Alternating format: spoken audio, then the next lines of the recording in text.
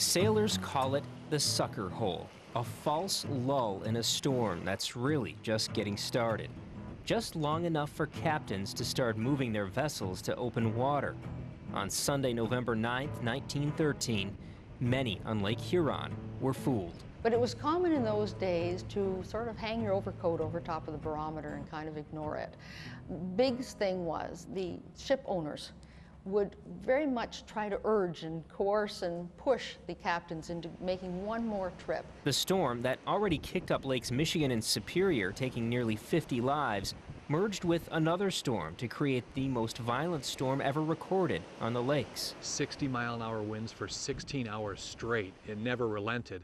So anything that was caught out on the lakes, they were just devastated. And it wasn't just the wind and the waves responsible for the devastation. The role of ice in that storm was significant. By the time they got here, the temperature had dropped dramatically. While the water was splashing over the ships, froze instantly on all parts of the ship, including the upper mast. The Regina, her 20 souls, no match for the intensity of the storm. Also fighting for their lives were the crews of ships that thought they had already cheated nature on Lake Superior. The Carruthers, the Hydrus, and the Wexford, with her captain, Bruce Cameron. Certainly Bruce Cameron must have been frightened of the weather on Lake Superior because he had pulled off and he was going to wait it out.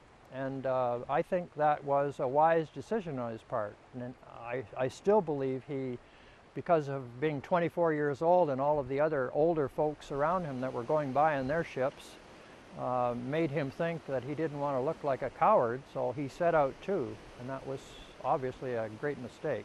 The loaded ships faced seas among the roughest that any Great Lakes ship has experienced. In its height, when it was right here, it was blowing straight down the lake from the north.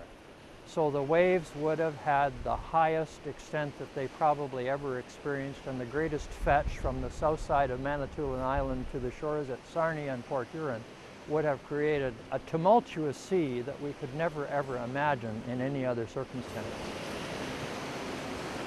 Ships turned into debris, many losing their rudder and flipping in the waves. The Charles S. Price found upside down, what sailors call lying turtle, near the mouth of the St. Clair River. Meanwhile, on shore in Goderich, Ontario, as the storm ravaged Lake Huron, moving east, it was a Sunday like many. That meant church.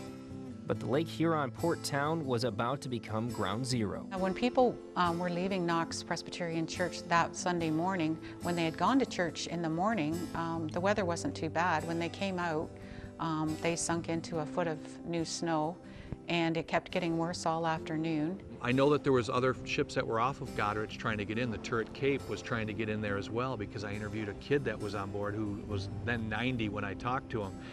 He talked about hearing whistles, and he heard the people in Goderich also reported hearing some whistles off in the distance, which was likely the Wexford as they tried to make port. They simply couldn't, and they would just kind of track back and forth until they thought the winds would die down. I just can't imagine. It must have been terrifying. I don't think most of them probably died from hypothermia instead of drowning. Late on Sunday, after hearing ships struggle to find the port of Goderich, gruesome evidence of the storm's fury began appearing along the battered coastline.